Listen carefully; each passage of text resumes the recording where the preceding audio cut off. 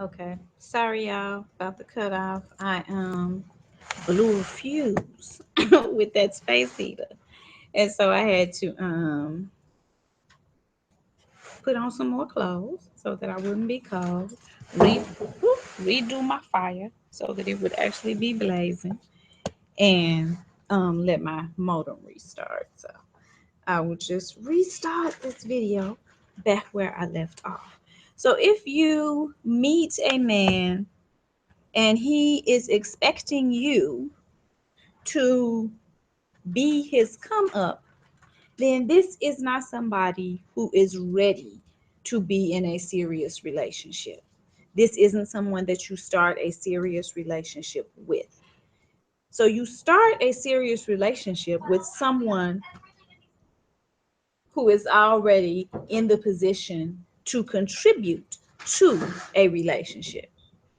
If you do not have yourself on steady ground, okay, you guys, I'm making a video.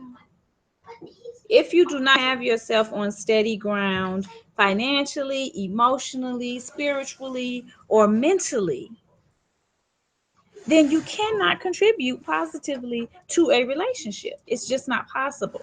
You're going to be a drain on the relationship. So if you meet someone who doesn't have themselves on steady ground, then understand that they can't contribute positively to a relationship. While someone is in the process of figuring all of those things out, all that they will be able to do is to drain you. And that is just the reality of that situation. Men do not love ride or die chicks. They do not. Men use ride or die chicks. Men stay with ride or die chicks as long as they possibly can because they are draining them. They are draining them for their emotions. They are draining them for their kindness and their care, for their physical affections of all kinds. They are draining them financially, usually, and so they stay with them, but they don't love that type of woman. And so they are very rarely contributing anything positive to the life of a woman who has been their come up. I have never known it to happen. And I will be 48 years old this year. I have never known a man to contribute anything positive to a woman who pulled him up or to a woman who held him down for a long period of time. Now, if you are married and something happens and he has a plan and says, okay, we're going to have to do this for this amount of time, but by this time we'll be back here and blah, blah, blah, blah. That's something totally different. So that's why I made that distinction. Who has held him down for a long amount of time. I've never seen a man then turn around and say, she held me down for this long amount of time. Now I'm going to hold her down. I've never seen that happen. So if you are sitting here thinking, well, my man is the exception to the rule, he's not. There is no exception to that rule. That is not what's going to happen. If you are allowing yourself to be drained, please understand that that is the position that you will stay in. And relationships are based upon patterns. Every relationship. Remember when you first moved out of your mother's house? And how long did it take your mother to begin to treat you as an adult? For many of us, that time never came. Your mother never was able to break out of the pattern of treating you like a minor. Not because she didn't love you, not because she didn't respect you, not because she didn't realize that you were grown. Because from a mother's perspective, everybody is happy and joyful when a child becomes grown. But it takes a conscious, very concerted effort to break out of the pattern of treating someone like a minor. So if the person who created you inside their body is not able to break a particular pattern, then what would make you think that somebody that you are not related to, that you don't mean anything to as far as life and death, is going to be able to break a relationship pattern? They're not. They're not going to. That is not what's going to happen. Furthermore, they did not come into the relationship with you with the intention of ever holding you down. If a man comes into a relationship and he is expecting you to hold him down, he's expecting you to pull him up, he has no expectation of ever holding you down.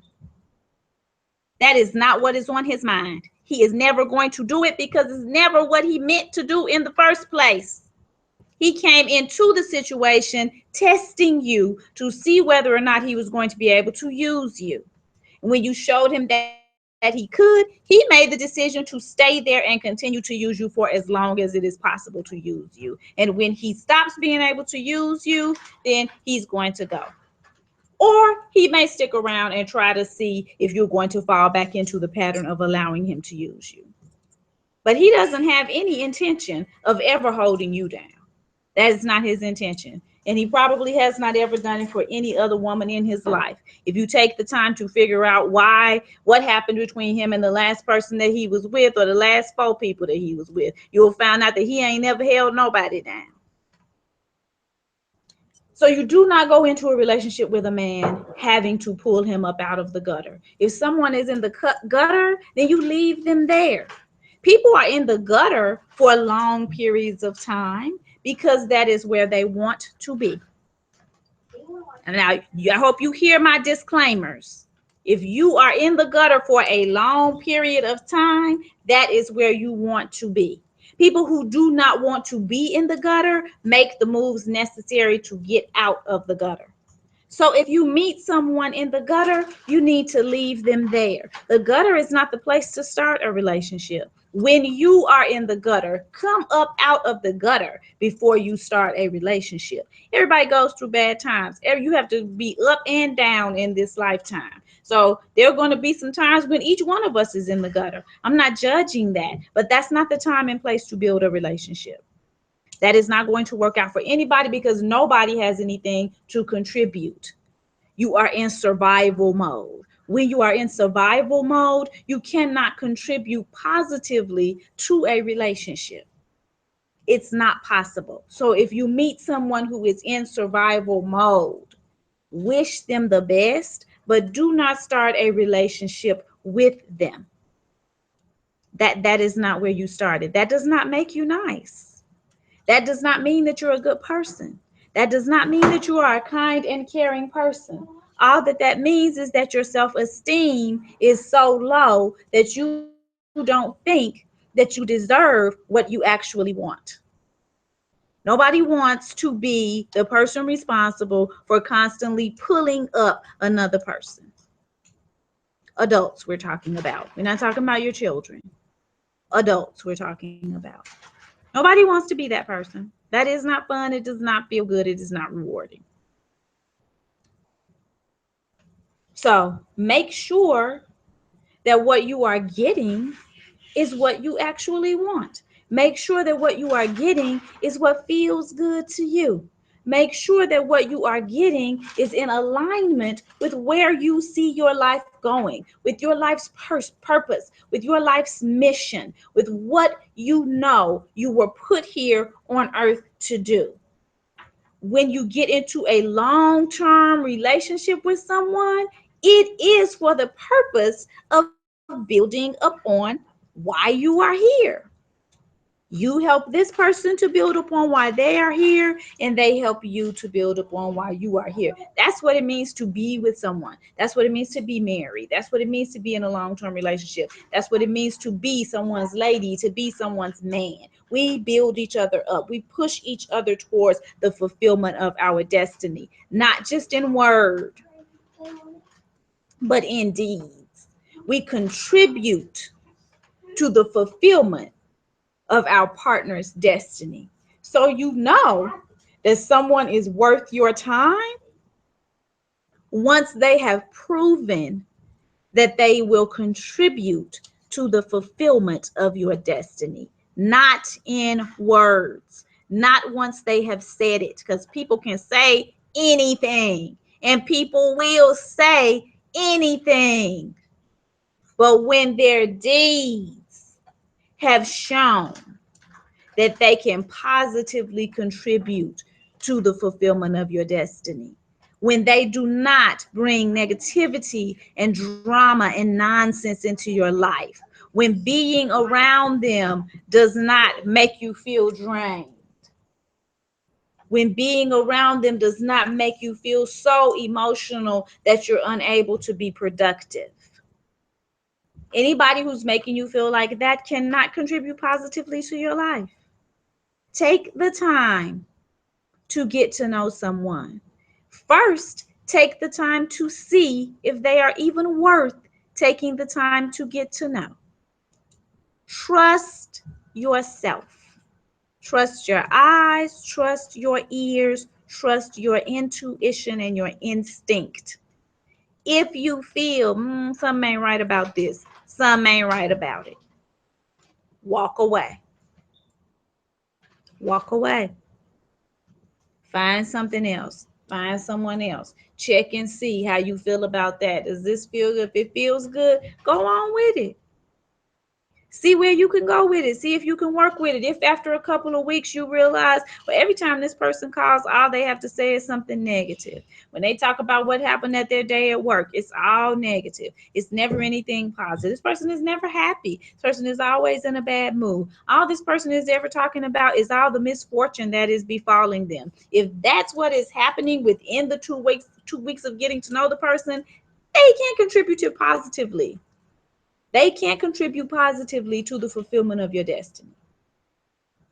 They can't. That's their personality, and that's what they're going to continue to have to get you. Let them go. Let them go. If the person is able to engage in stimulating conversation, if you and the person are able to go places and have a good time and laugh and joke and go and be and do things that you hadn't done before, if the person says, oh, you want to learn about investment banking? I have a friend that's an investment banker. Let's sit down and let me let you sit down and talk to him. Or let me let you get an appointment with him. If the person says, oh, you're a writer, you know what? I have a friend that, sells Apple computers. Let's go and see if I can get a discount and help you to get something better than what you have, to do your writing on. These are positive contributions to the fulfillment of your destiny. It's not rocket science. It's not difficult. It begins with knowing your worth and being brutally honest with yourself. It begins with trusting yourself and knowing that you wouldn't lie to yourself. Knowing that if something feels wrong for you, then it is wrong for you. Knowing that if you get that nagging feeling that something just isn't right, then it just isn't right. Trust yourself. Honor yourself. Take your goals and your life, take them of the highest level of serious that you possibly can. Nothing else is more serious than that. Because when you get to the end of this particular lifetime, what reason are you going to have for not having fulfilled that destiny? Is it going to be fine with you when you look back on this whole beautiful life that you had to say, well, I was giving all my time and attention to no good crusty foots. So that's why I couldn't fulfill my destiny. I was busy giving financial resources and time and attention and love to people who weren't worthy of it because I was nice. And so, yeah, none of my destiny got fulfilled. I never made that wonderful film. I never wrote that book. I never danced on stage. I never did act and do that wonderful stage play that I wanted to do because I was giving my time and attention over here to David the Crusty Foot. Is that going to be good enough for you? Are you going to be good with that? When you leave this life to become an ancestor, is your so-called niceness, which is really just a code word that you're using for low self-esteem, is that going to be good for you? Are you going to be cool with that? When you look and see this beautiful destiny that you had to fulfill, and what you chose instead to do was to give your money and time and love to David the Crusty Foot. That's going to be cool with you? It's not. It's not. You don't want to live a life of regret. Be out here fulfilling your destiny and have time and space and attention and love and care for those who are helping you to do that, for those who can put a good word on it, for those who got five on it, for those who can point you in the direction of people who can help you, for those who are teaching you, this is how you do this, that, and the third, for those who are saying, come on, come over here, let me give you this, let me explain to you how this works. That's who you have time and attention for. When in any circle, any kind of relationship, those are the people that you give time and attention to. People that are just a drain on you, you don't have time and attention for them, because you're not going to be able to forgive yourself for that. You're not go- That's not going to be good enough for you when this lifetime comes to an end. All right, so that is part 2. Well, I guess by now part 3, since my internet and everything went out since I blew that fuse, of the video that I made yesterday. Self-preservation is the first law. Take care of yourself, preserve yourself. How do you know who is worthy of your time and attention? This is how you know. All right, you guys. I need to remind everyone that I have a new Black Witchcraft class starting on the 22nd, I think. Let me check my dates just to be completely sure. Yes, I have a new Black Witchcraft class starting next Wednesday. Next Tuesday is the spring equinox. So that is the actual new year. This is the actual beginning, rebirth of life. So that's next Tuesday. But next Wednesday will be when my Black Witchcraft class will begin. So we'll be riding the energy of that equinox. If you are interested in registering for the class, which will be done in live streams, there'll be private live streams just like the one that you're watching here, please go to my website, www.got, the number 2, the letter B, OSHUN, at .com. I'm thinking about the email address. So that's www.gottobeoshun.com. It's where you're going to go to find out about the class and to register for the class. If you want to register for the class, you have the option of paying all of your fee at once, or you have the option of paying your fee weekly. You will then be added to an email group, and you will receive a link to the private cast before every Wednesday. Every Wednesday, I will do the cast live at 8 p.m. You have the option of tuning in when it's live, or the option of watching it later. That's fine. You'll always have access to it. And we will then, at the end of the class, have a group virtual spell that we do together. All right, so check that out if you're interested. Please let like-minded Black women know if that is something that they're interested in doing. Ecstasy, abundance, and Oshun's perfect bliss on all of those within the sound of my voice who are wishing the same for me and mine. And as always, the lessons of life for those who are wishing us otherwise. Peace.